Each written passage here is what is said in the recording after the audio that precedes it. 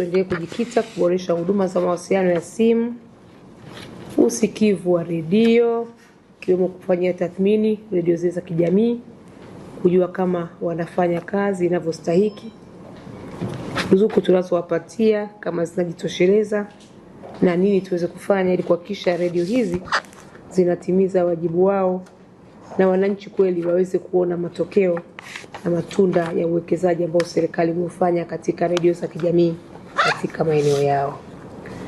Kwa upande wa posta, tuna wajibu mkubwa kuendelea kuwasaidia ili na wenyewe waweze kutoa huduma zilizo bora za kiposta, tusaidie kushiriki katika maboresho yao.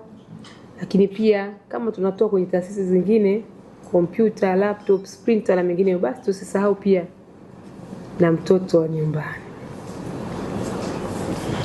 Kwa upande wa miradi ya TEHAMA kama niliposema mwanzoni, tuendelee kuisimamia na kuendelea kuwa wabunifu kuona tunaweza tukaja na miradi gani nyingine ya ziada. Kwa miradi ya kijamii kama nilivyosema, miradi ya TEHAMA pia mashuleni katika maeneo ya serikali, nako pia tusisite kuendelea kufanya hivyo, lakini kubwa tukachambue kuona wadau gani wengine wako tayari kuungana na sisi katika jukumu hili la kusogeza mawasiliano kwa wote katika jamii zetu. Baada ya kusema hayo, niwatakie kila laheri. Kubwa tukaangalie malengo yetu, kubwa tukaangalie maslahi ya taifa katika kila tunalolifanya, uzalendo, lakini kuhakikisha tunafanya kazi kwa bidii.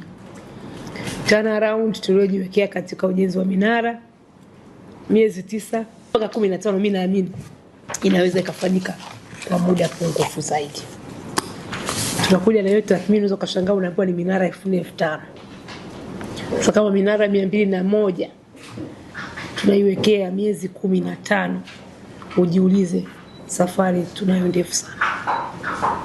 Kwa tujitahidi tukapambane pamoja kuondoa changamoto zilizoko zinazofanya utekelezaji wa miradi unakuwa sio kasi kubwa. Na mimi niwaahidi pamoja na katibu mkuu tutasaidia kwenye facilitation hiyo.